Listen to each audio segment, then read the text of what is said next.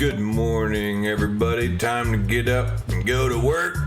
This is Eureka John with Eureka Street Crypto Hub, broadcasting live from Leander, Texas. It is 5:23 in the morning, and it is June 17th, 2021. Yeah, this is my show. This is my video blog. This is my channel, and I'm broadcasting live on Theta TV, and I do this every single morning, Saturdays and Sundays and holidays included. Whether I'm in this house or on the road, I am coming at you live, talking to you about the cryptocurrency space and the cryptocurrency world. Sometimes news, sometimes just concepts and ideas.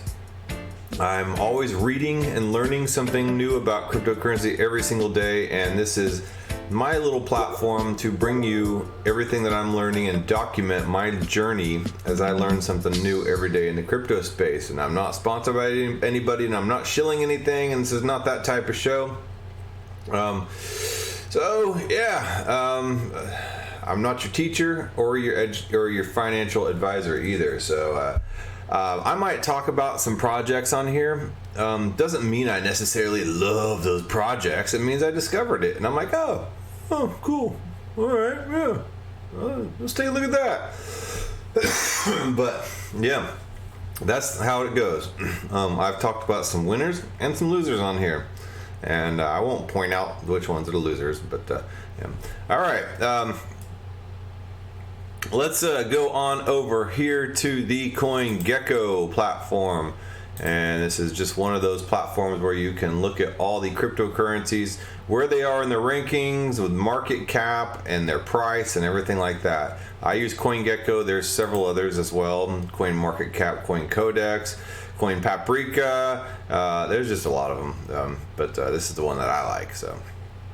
All right, let's see. Bitcoin still hovering between $35,000 and $40,000. It did touch $40,000 a couple times yesterday. Ethereum, $2,453.42. Tether, $1, making the moves. Penny over $1. Actually, Tether's a stable coin, just in case you didn't know. Binance Coin, $361.53. Cardano, $1.54. The Doge, still sitting in the top 10, which surprises me. Now that all the hype is kind of gone over and everything like that, Doge has always been, Doge is one of the first cryptocurrencies I ever invested in back in 2018. And I just thought it was kind of funny, and so I invested in it, which I think is the reason why a lot of people invest in it, because they think it's kind of funny. So I don't know. XRP, and of course Elon Musk talks about it, and then XRP 85 cents, and USD stablecoin dollar, and Polkadot 23.84, Uniswap 22.80, Bitcoin Cash 619.36, Litecoin 172.91, Solana 41.34, and Chainlink 24.39.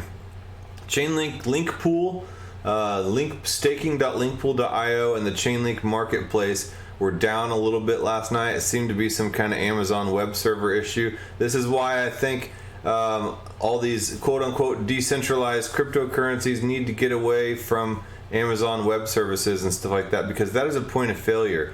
Just something to think about. I know there are some projects that have moved away from things like that. Anyway, I'll have to look deeper into that whole scenario. I think Akash is a way to get around that as well, a decentralized web server type of platform. Anyway, I don't know the details on that. I don't know enough to really say anything about it, but Akash is definitely a project I want to look at and dig a little deeper in it. Polygon, $1.55. Theta Network, $9.52, hovering right there below $10. Let me see if it actually did hit $10. Theta, man, they just got on the 16th validator node. If you don't know what the significance of that, that's huge, because Theta has 3 levels of nodes. And nodes are what help keep crypto projects decentralized and secure.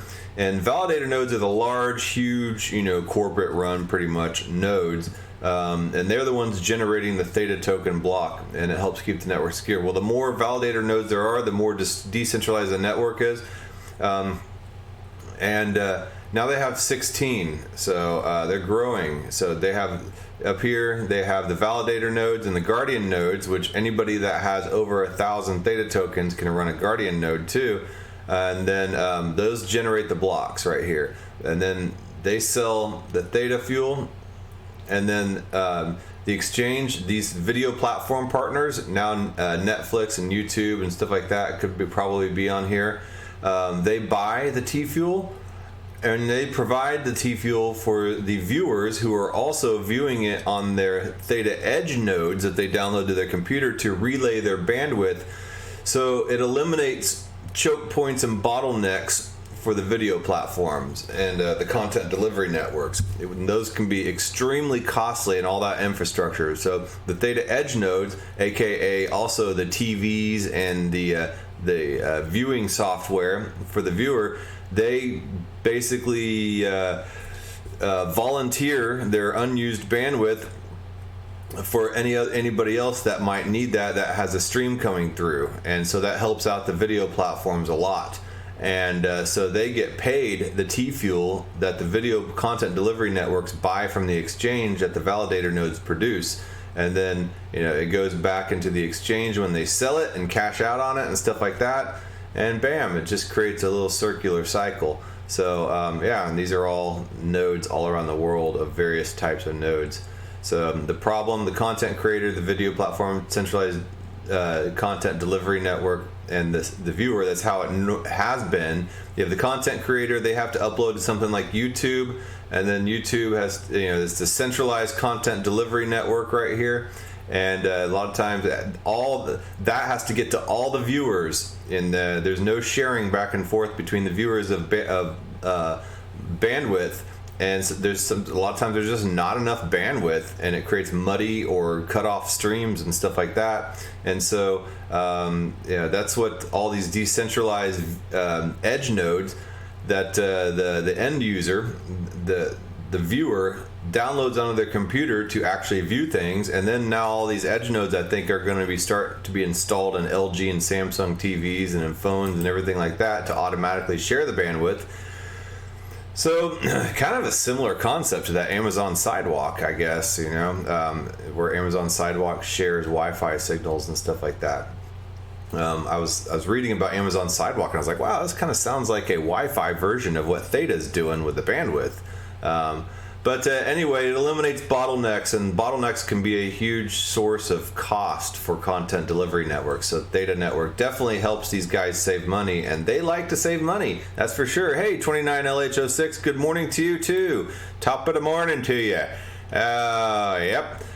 So anyway, that's basically the gist of Theta Network. There's a lot more stuff going on with Theta Network. They have their own Ethereum-like virtual machine platform.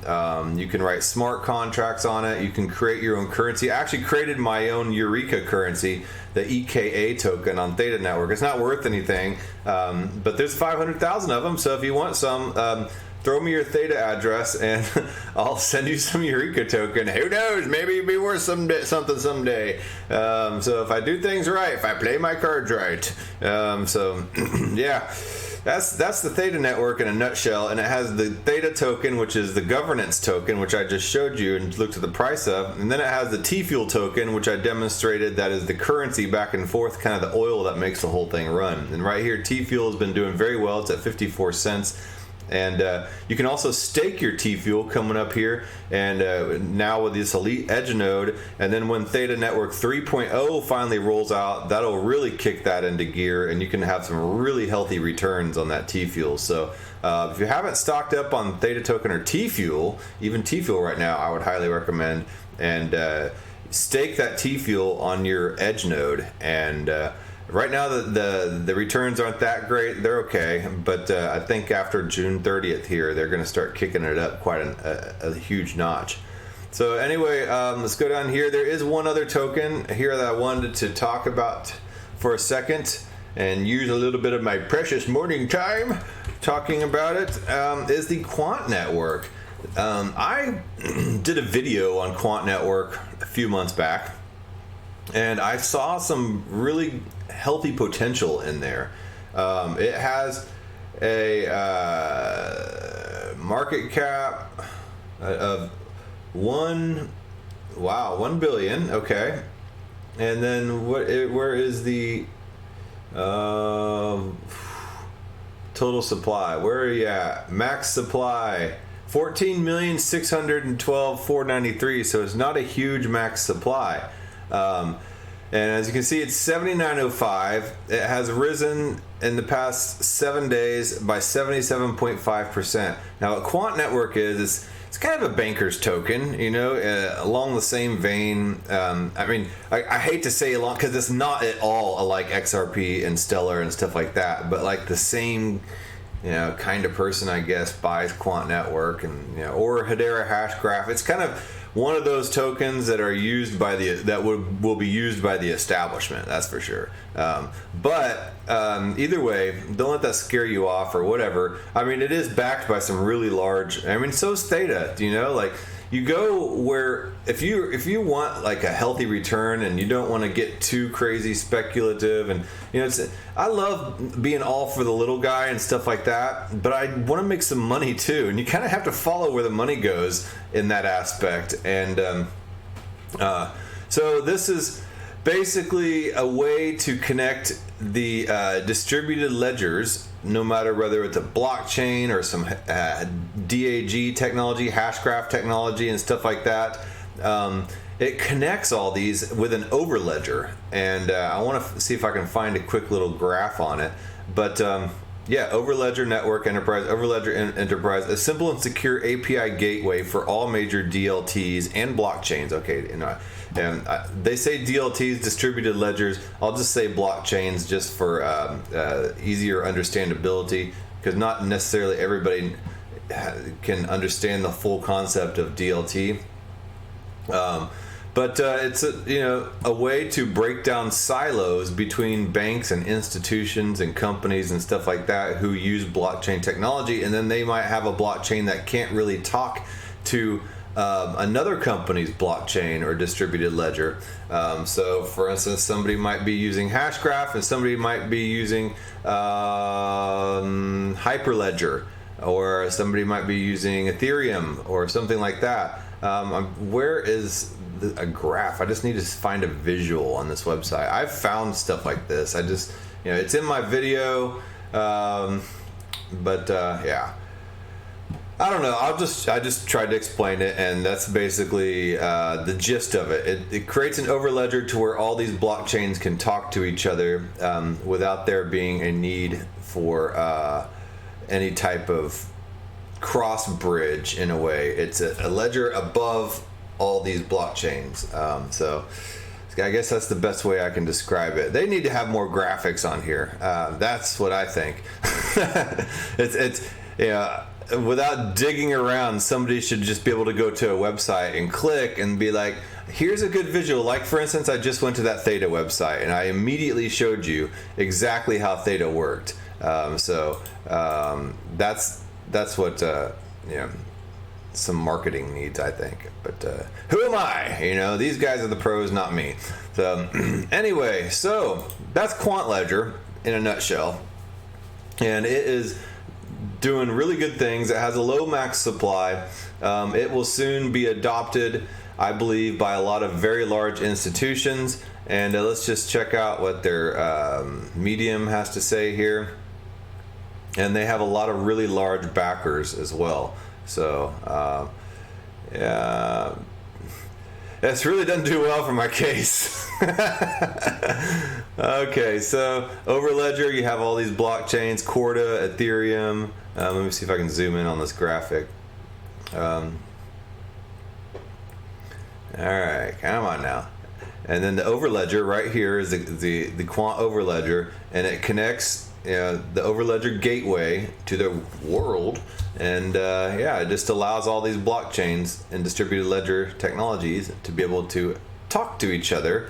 And so no matter what blockchain somebody is using, whether they're using a permissioned or an open blockchain, they can all send money back and forth to each other without the use of some clunky high friction bridge. And there's APIs, payments, enterprise integration, and data sharing if that's what's desired. So go dig into Quant Network for yourself. It has been a great investment for me. I bought back when it was like $15, I think. So pretty happy about that one. Let's see here. That being said, I don't have any other specific tokens I want to talk about. I wanted to talk about this email I got. I'm on a bunch of different email lists, and I'm a member of the Bankless DAO, and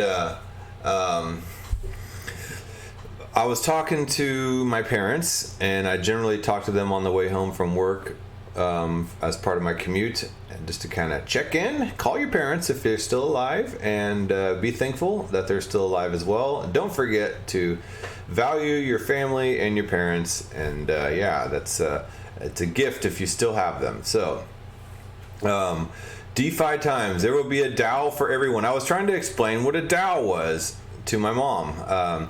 My dad kind of has a little bit better understanding, I think, but I think my mom understands now that I kind of explained it. But then I get home and I open up my email, and there's this email here: there will be a DAO for everyone. I'm like, I know my email's not listening to me, but it just, it's coincidence. So let me kind of get this up on the screen here. And because I was trying to explain to her about the Bankless DAO that I'm part of, and I was trying to explain about MakerDAO, and because MakerDAO is the OG of the DAOs, and DAO is a decentralized autonomous organization, and I believe that is the way things are going to be shifting from LLCs and from incorporations and stuff like that to DAOs, decentralized autonomous organizations. Instead of a top-down type of structure, a DAO kind of creates a flat structure. Although it's not perfect, and we're humans, and there's always going to be the people that take the roles of the gatekeeper, and kind of,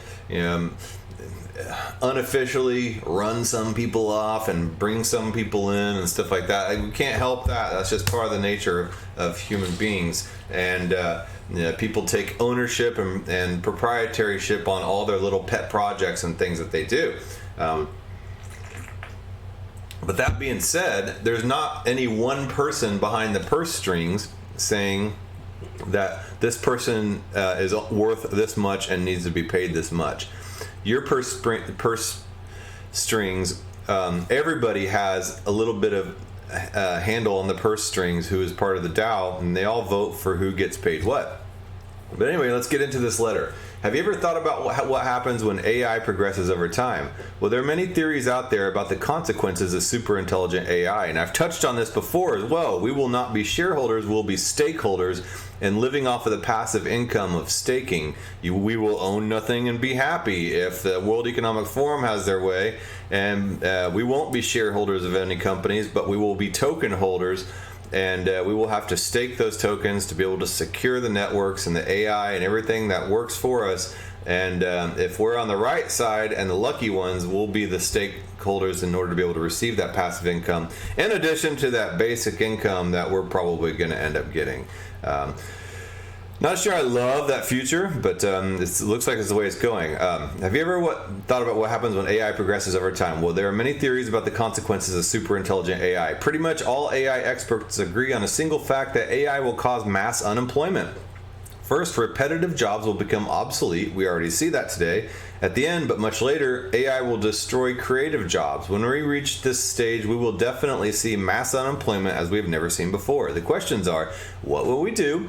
Will we just sit at home and do nothing? How will we pay for our living expenses? The most common solution is a concept called universal basic income, and I've seen many approaches towards that right now, especially with blockchain technology. One is the UBI token that came out, and Santiago Siri has invented, and that project, an interesting project, but I think it kind of has some holes in it. But overall, I think it's a good attempt at trying to approach this issue. Hey, what's up, VideoTuber? And there's just a lot of different ways to doing this UBI thing. UBI basically says that every citizen should receive a monthly passive income that covers their living expenses. Even if they didn't have a job, they should be able to survive. However, there are many problems with UBI that need to be solved first. Who pays for it? And do we need to print money or increase the tax rate? I agree. Who pays for it? That's the number one goal. Who's going to pay for, lazy Joe down there that doesn't do crap, just sits around and watches TV all day while I work and sweat and toil. That's the number one thing that I hear, or people about paying off student loans. Why should those student loans be forgiven? I had to work hard and pay off mine, while at the same time people are being completely pressed down under the weight of just high interest building up due to student loans because they can't keep up with the current rate of inflation and the prices going up on everything as well. So there's two sides to every coin. UBI certainly has some trade-offs that we need to consider. Luckily, crypto has come up with the ultimate solution to this problem, and we are building it right now. The answer is DAOs, digital autonomous organizations. It turns out they solve one of the biggest problems humanity has ever faced. Let's find out how it works. There will be a DAO for everyone. Like I said, I'm a member of the Bankless DAO. I'm also involved in a couple other blockchain communities that I guess they are DAOs because they function quite a bit like DAOs. Anyway, what are DAOs and how do they work? DAOs are so-called digital autonomous organizations. DAOs are completely community-owned without centralized leadership. You can imagine it like a company, however, its structure is completely bottom-up in nature. There's no single entity that decides about any decision. Decision-making is bottom-up. I wouldn't say it's always bottom up. It's human nature, like I said. There's the gatekeepers and the guardian type of personalities that come in and take a lot of ownership in the property, and they will kind of unofficially run people off that they don't think are valuable in maybe not direct ways, but they'll find a way. And then they will bring in people that they do think provide value. But overall, the structure and the protocol is set up in a way. And you think about this, like, the Constitution, Bill of Rights, Magna Carta, all these things, the Justinian Roman law, all this stuff are attempts at making some kind of autonomous protocol for humans to live by.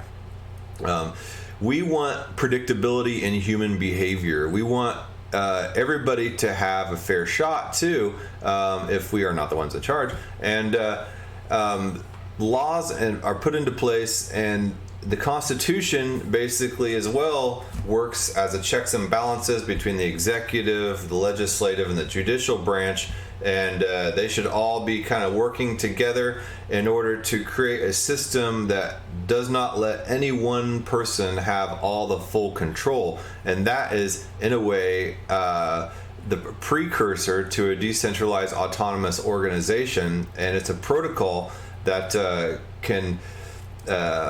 needs to be oiled just like anything else and kept up. Sometimes some amendments are needed or things need to be adjusted, but it is something set in place to make sure that communities can run for a while without anybody usurping and taking all the control of that particular community.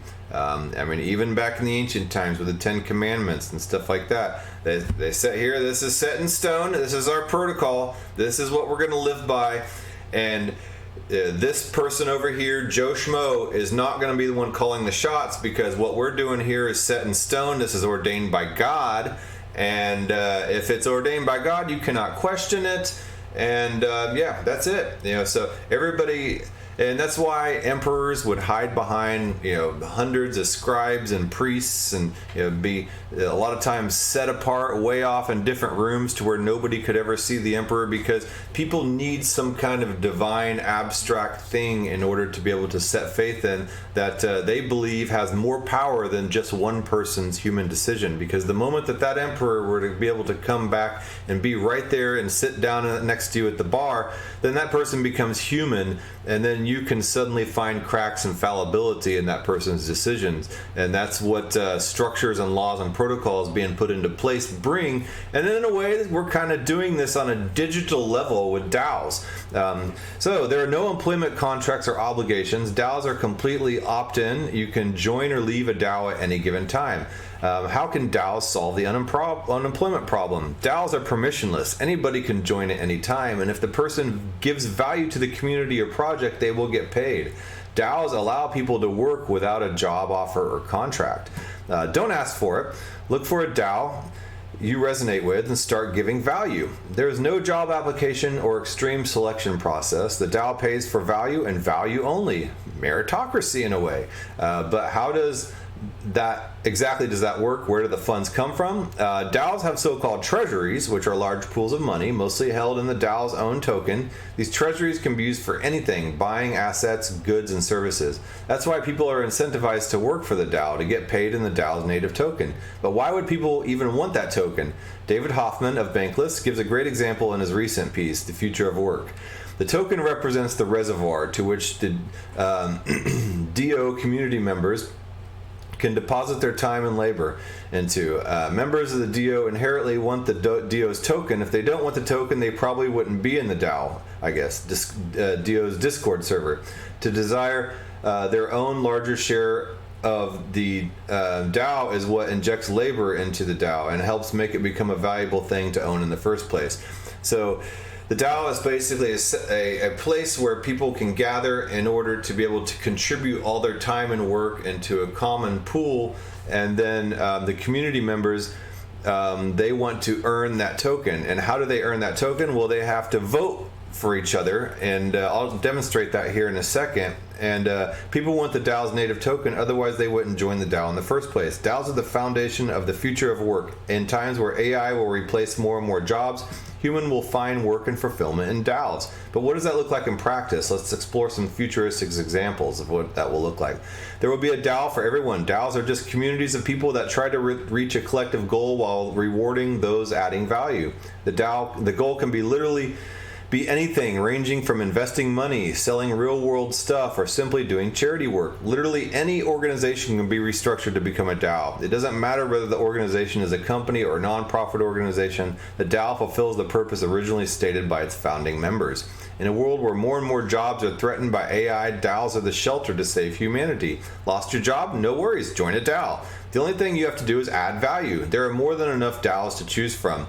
Are you good at writing and interested in crypto? Go join a crypto-focused DAO and write for the newsletter. Are you interested in art? Great, then go create the best art for an artwork DAO. Everybody has some talents to show. DAOs are creating a world where people actually do stuff they want to do instead of what they're supposed to do. Of course, in this world, people still have to work to make a living. In the future, we won't rely on UBI to pay for people's lives. Just as today, DAOs pay people according to how much value they add to society. DAOs can turn out to be the capitalistic alternative to UPI. There will be a DAO for everybody. All right, so I went through that email after I was just talking about DAOs with my parents. Let's go over here to the Bankless DAO. And Bankless is a media organization. Their entire mission is to hold on one second. I gotta log back in. Their entire mission is to bring the power of banking to the people and basically eliminate banks in general, so everybody can learn to be their own bank.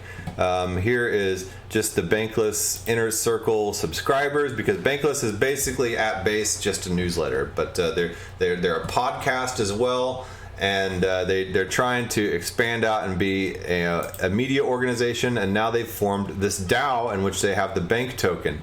Okay, so you go in the DAO and you join the DAO, and you can buy bank token in order to be so, and I believe it's 35,000 bank tokens in order to be able to vote right at this point.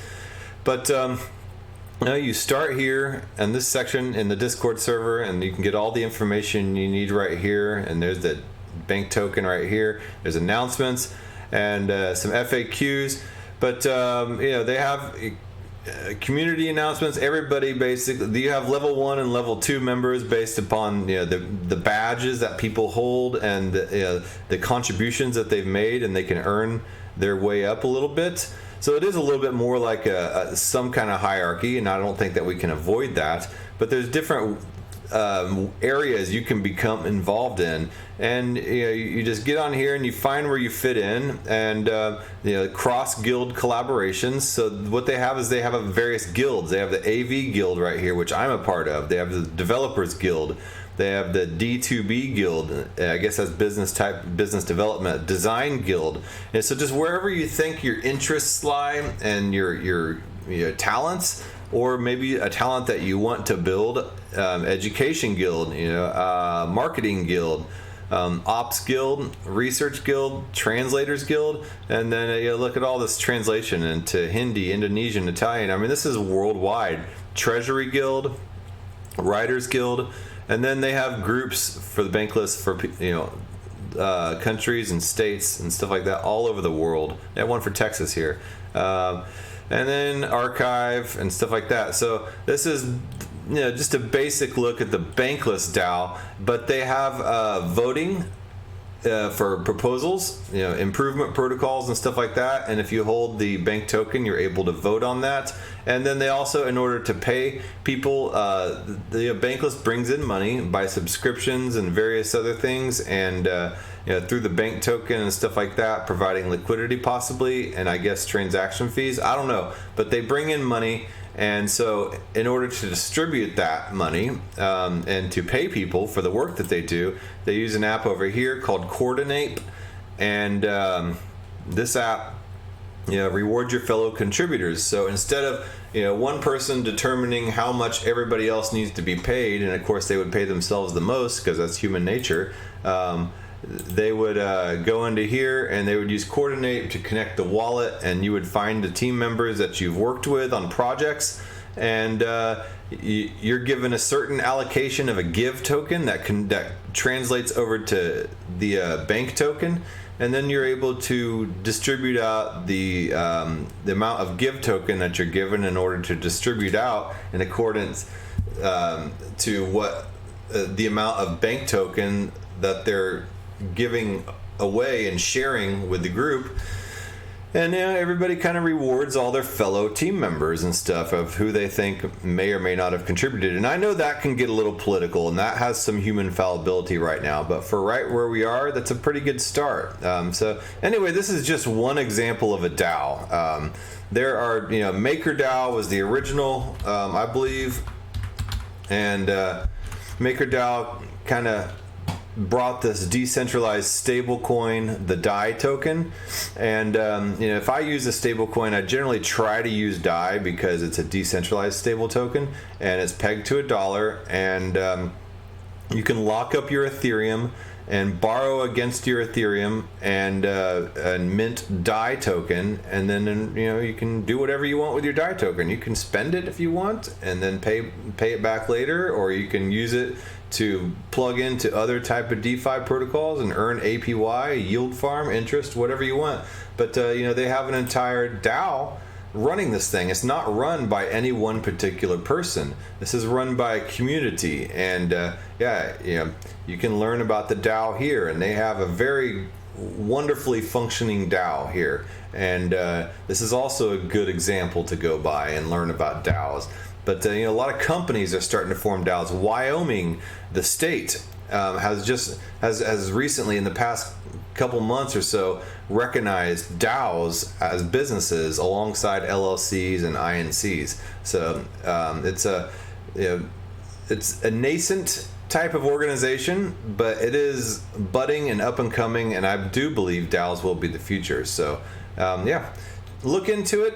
Think about different ways in which DAOs can work. There's a lot of literature out here on DAOs. I just haven't really tapped into it, but here's just some places you can start with Bankless and MakerDAO. I believe in Bankless because I believe in Bankless's mission of providing the financial tools that only accredited investors and the rich would normally have to everybody in order to be able to have equal opportunity to be able to make money and do good things in society. And then I also believe in the Bankless mission because I believe banks have become a lot more of a hindrance than a help in society, and they are in a way the oppressors and the ones who start the wars and bring a lot of evil into society. So anyway, that being said, I gotta skedaddle onto work. It's 5:57. I still have to make my smoothie, beets and berries, and gotta go get on down, clock on into work, put in my work day, my 8 hours, and and then come home. So yep. All right, so that's DAOs. That's pretty much what I wanted to talk about today. After receiving that newsletter and just thinking about it and pondering on it, and then my mind started going off on ancient law and stuff like that. And so yeah, all right. Well, I will talk to you guys tomorrow, as usual, around the same time, because I have my commute tomorrow, so I will be on earlier tomorrow, about 5:30ish. All right, well, I'll talk to you guys tomorrow. Bye.